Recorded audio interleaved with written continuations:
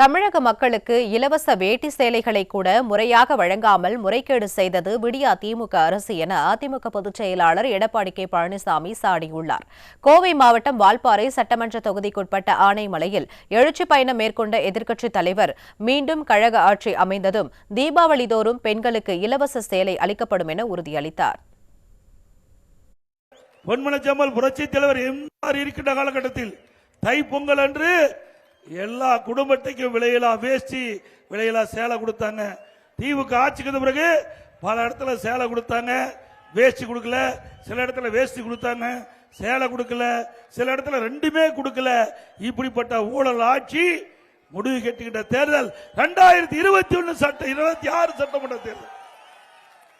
மீண்டும் அதிமுக ஆட்சிக்கு பிறகு நம்முடைய தைப்பொங்கல் என்று பொன்மனச்செம்மல் புரட்சித் தலைவர் எம்ஜிஆர் கொண்டு வரப்பட்ட அந்த வேஷ்டி சேலை திட்டம் தரமான வேஷ்டி சேலையாக ஒவ்வொரு தைப்பொங்கலும் கொடுக்கப்படும்.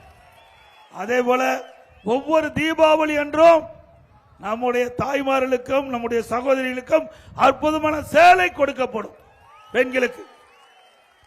அதோட அதிமுக ஆட்சிக்கின்ற பொழுது யாரெல்லாம் வீட்டுமனை இல்லையோ அவர்களுக்கெல்லாம் வீட்டுமனை அதிகமாக கொடுத்தோம். நிறைய பேருக்கு வீட்டுமனை கொடுத்தோம்.